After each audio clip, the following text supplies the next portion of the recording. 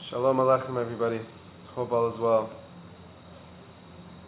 We have the ability within us to see God in every aspect of our lives.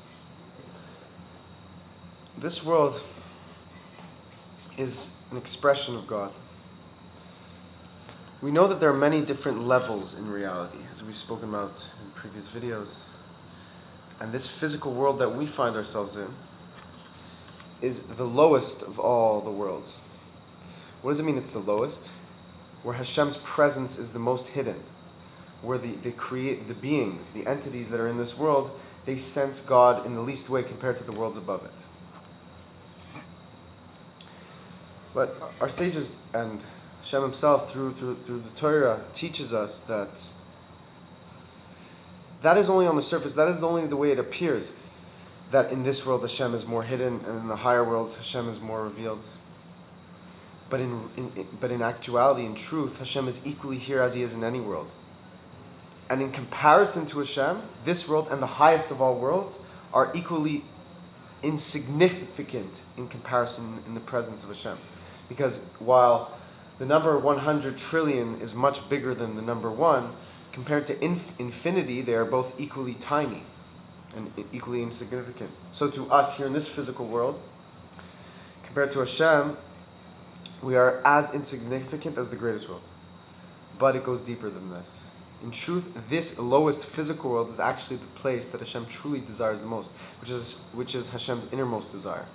And actually the whole purpose of Hashem creating any of the worlds and revealing anything to any of the levels of reality is actually ultimately all for this physical world that we're in right now. So how could it be? How could it be that this world is seemingly, on the one hand, the place where Hashem is most hidden, but on the other hand, it's the world that Hashem desires most, and it's the place where Hashem wants to reveal the highest level to. So at first glance, this world is the place where Hashem is more hidden than any other world, but this is the place where he desires to reveal himself at a level that's never been revealed to any other level before. The level that Hashem's going to reveal now to this physical world, the world we're in, Hashem's going to reveal to, this level that he's going to reveal, is an infinitely greater revelation than even in the experience that the highest worlds experience right now. So if you ask what's going on in these higher realms, so of course, as you go higher up in the levels of reality, and of course all of these descriptions of the metaphysical descent of worlds, of realities, this is all found in Kabbalah and the Kabbalistic teachings, and of course in Chassidus. Chassidus is the teaching starting with the Baal Shem Tov, and now obviously with many Rebbeim coming forth after. It's the inner seekers of the Torah that takes the Kabbalistic teachings and explains it in a way that everyone according to their level can understand. So what goes on in these level of worlds? So there's, within these worlds, there's the Sefirot, of course, which are a whole topic of their own. But basically, how it works is that Hashem reveals himself, and the way Hashem reveals himself is through these 10 Sefirot. Hashem reveals himself to his children, to us, through these Sefirot. So what does it mean, these Sefirot? I'll give you an example. There's the Sefirah of Chesed. There's the Sefirah of Chesed, of kindness. Hashem can reveal himself through the lens of kindness. When something amazing happens to you, if God forbid you were in a dangerous situation or you found yourself in a, God forbid, extremely dangerous, painful situation, and all of a sudden you were saved. Hashem saved you and a miracle happened, and you were the whole situation turned around for the better. So in that moment Hashem revealed himself to you, and he revealed himself to you through the lens of chesed, through the lens of kindness. He also, if Hashem does something in a way, he also could reveal himself through the side of strictness. Because in the first place, him putting you in that tough situation was a revelation of Hashem's strictness towards you. But in the end, we know all of Hashem's strictness is actually for the purpose of kindness. So even when we find ourselves in harsh, severe situations, it's really coming from a hidden place of love. And it's just that Hashem can only express this to you through a seemingly negative situation that in the end will be for the positive. And actually, so right now, it's actually positive.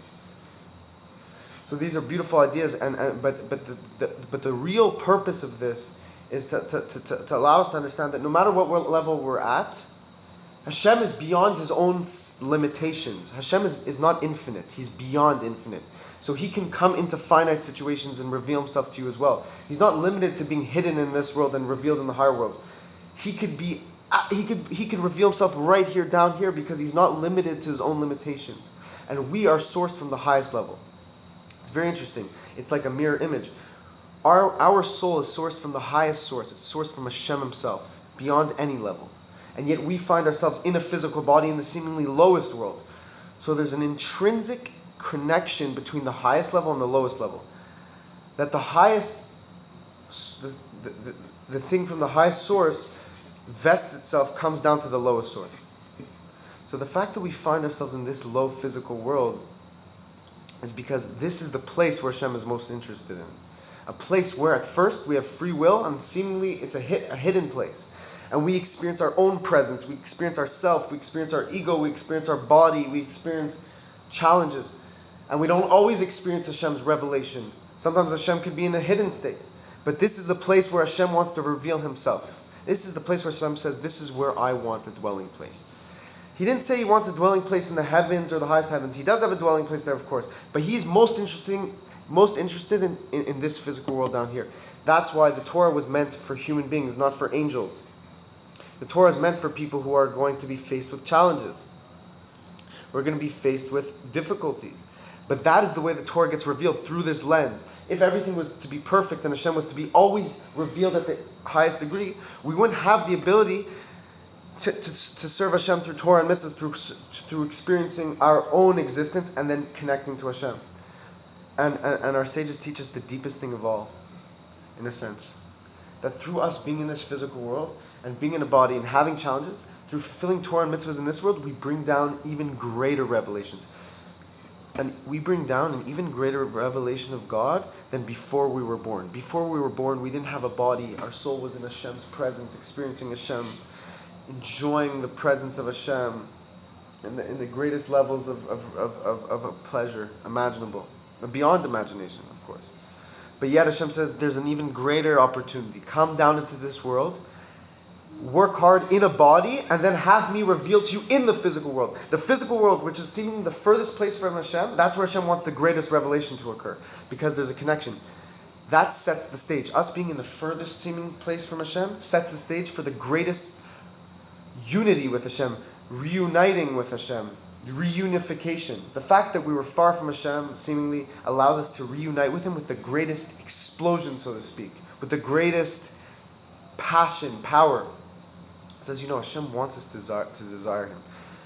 And all we have to do to activate this, to arouse this within ourselves, to experience it consciously at every moment, is to desire Hashem and to see Hashem in the physical experience. Whatever happens to you is a revelation of God. Hashem is communicating to you through that situation. You just have to have the eyes of your intellect activated to tap into it. That's what Hashem is doing to us. The Baal Shem Tov says a leaf doesn't fall from a tree without the command of Hashem. So of course, the serious situations we find ourselves in, Hashem is giving us a clear revelation of Himself through that situation. And with that, we get to bond with Hashem, because we realize, wow, Hashem is in this situation. He's also above the situation. That our soul gets aroused to desire Hashem. And then our body desires Hashem as well. And the ultimate purpose is not to leave our body and to go to heaven, but to bring heaven, to bring Hashem in a full revelation down here in this physical world. And that will be the ultimate reality with the coming of Moshiach. May it be today. God bless you all. Please share this video. And please, there's a lot going on in the world. The world is getting ready to greet Moshiach. Please let us all work on this Tehillim chapters as well. If we can get a new Tehillim down in the comment section, starting from chapter 1. I'll take upon myself chapter 1 as usual in these projects, and then we'll go forth. And even one chapter, and I'll post the chapters that I do later on today, but any B'nai B'ezrat Hashem, but any chapter you do, one chapter counts. Every one line of Tehillim could save the world. It says if a person understood the power of Tehillim, it's the strongest weapon, a person would be saying it all day.